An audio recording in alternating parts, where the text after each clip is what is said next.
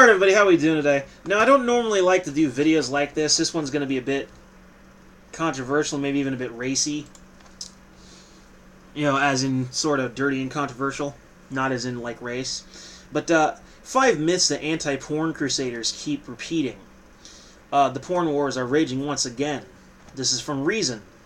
And it says, the porn wars are raging once again, with would-be censors on the right and left trotting out the same tired excuses for suspending the First Amendment and the same absurd explanations made even sillier in the digital era for how a federal porn ban would work.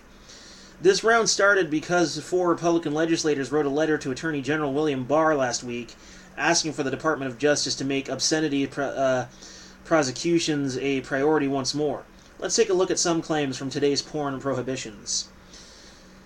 Now, here's what I'm going to do going forward. I'm going to address each claim, read what they say about it, and then add my own input into that claim. Now, claim number 1.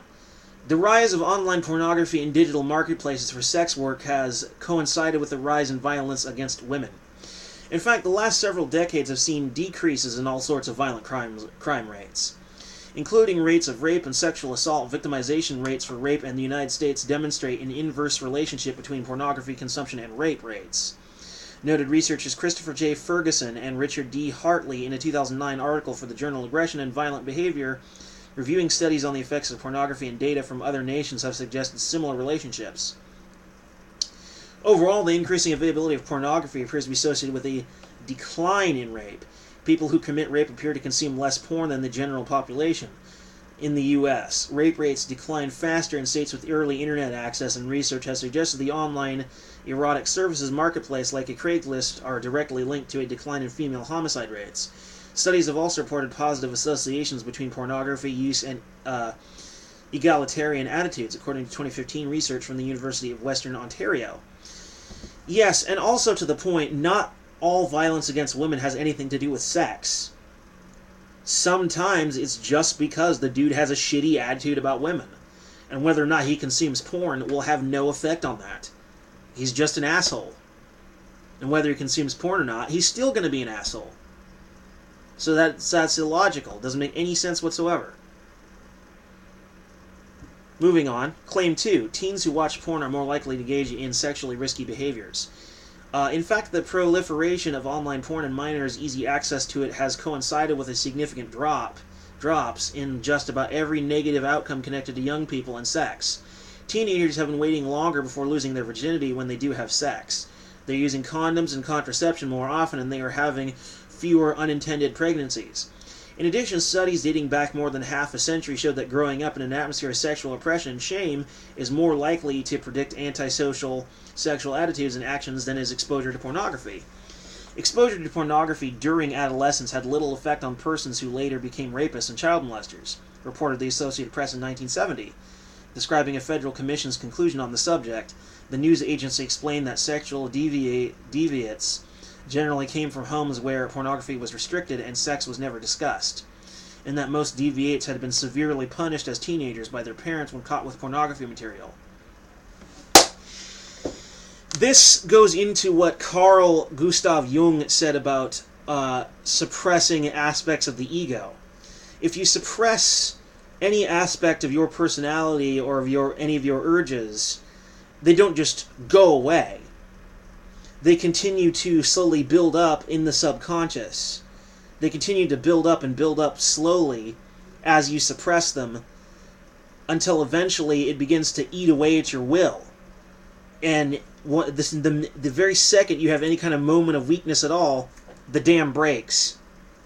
And you immediately do something you normally never would, because of the slow buildup of an urge, which became stronger and stronger over time because you were suppressing it. And so if you suppress the desire to have sex, boom, molester, rapist, instantly. This is also why so many Catholic priests go around raping altar boys. It's because they're sexually repressed. And it makes sense that teenagers would be waiting longer due to pornography. Pornography is a perfectly reasonable alternative if you're not capable of having an active relationship. You need to relieve that urge, because if you don't, it's just going to keep building up, and then you're going to get that shadow self scenario, like I just explained. When teens are more relieved of their urges, they behave themselves better. Plain and simple. You relieve yourself of that urge, you behave yourself better. As simple as that. Also, it's not impossible to consider that if you repress your urge to consume a lot of food, you might end up actually becoming anorexic or even a glutton in a similar scenario. Anyway, claim number 3, online porn is uniquely addictive. In fact, there's nothing uniquely dangerous about digital porn that's getting people hooked. People who have an addiction to watching online porn appear to suffer from the same lack of self-regulation and other underlying cognitive and psychological issues that affect people with other compulsions or problem attachments. We shouldn't dismiss or mock those who struggle with compulsive porn consumption any more than we should those trapped in other self-destructive behaviors. We also shouldn't structure society around catering to such pathologies and only asking for the same old problems, plus a host of new ones. It's no different than any other form of addiction or any other form of obsession. It's simply a matter of, getting hooked on something.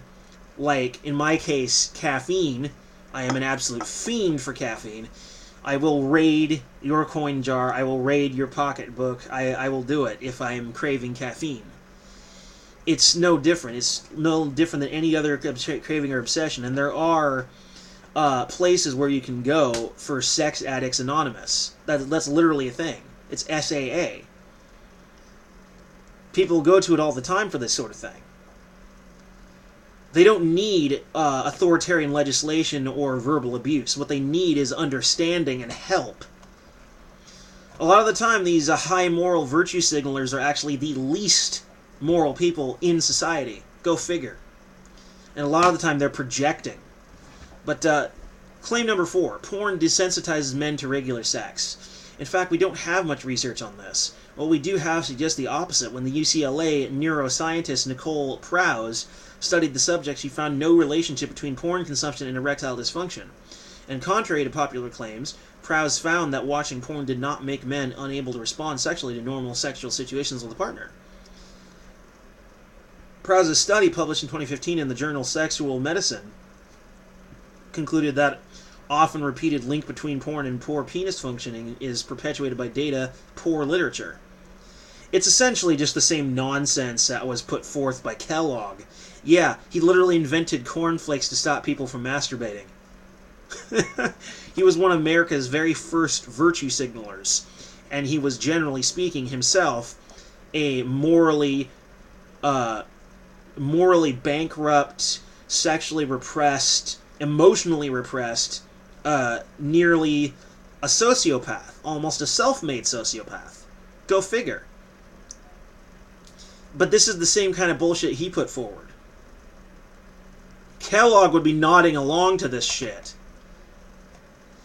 Anyway, the 5th claim, legal porn increases human trafficking. In fact, previous bouts of prohibition have shown us that making something illegal doesn't actually stop that thing from existing. No, it creates a black market for it, and then it just keeps happening. But it does make engaging with the banning thing more dangerous for all involved.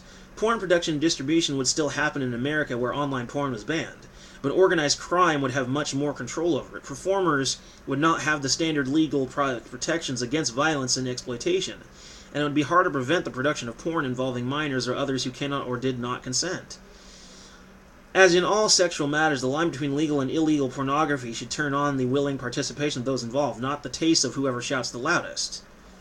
The internet has fueled a resurgence in a once dominant porn panic, but the internet hasn't just enabled more porn access, it has allowed a much more diverse porn landscape, one that features more diverse body types and sexualities, and where independent adult entertainers and content creators have more control over their income, image, and work conditions than ever before. There's still much room for improvement, but declaring a new war on obscenity would only set the work back. Here is a libertarian solution. I truly believe strongly in the free market, but human trafficking violates the NAP, or the non-aggression principle. As long as you're not hurting anyone, you can do what you want. But human trafficking, yeah, you're definitely hurting someone. That cannot be allowed. That is not a true free market principle, not even close. But regulating porn, you're just treating a symptom. You're not treating the cause of human trafficking. And that's what you should be dealing with, not porn. Legal porn does not enable it. You get rid of legal porn, surprise, surprise, the human trafficking is happening anyway, because there's other ways in which human traffickers can profit. So that literally accomplishes nothing. It just forces it into the dark sector where you can't get to it. You have to let porn be legal and then deal with the people more directly. And sting operations, their effectiveness is kind of mixed. Like, sometimes stings work, sometimes they don't. But yeah, this is the truth, as unpleasant as it is. Regulation doesn't work the way you think it does. It doesn't. Deregulation is not a boogeyman. Deregulation is the solution here. Keep the porn legal and then just hold the porn companies to a certain standard. Meaning you cannot violate the NAP. You cannot be aggressive. You cannot traffic people. You have to use consenting individuals only. If you do not obey this law, you will be arrested, you will be fined, you will probably spend the rest of your life in prison. And that's that. Anyway, peace.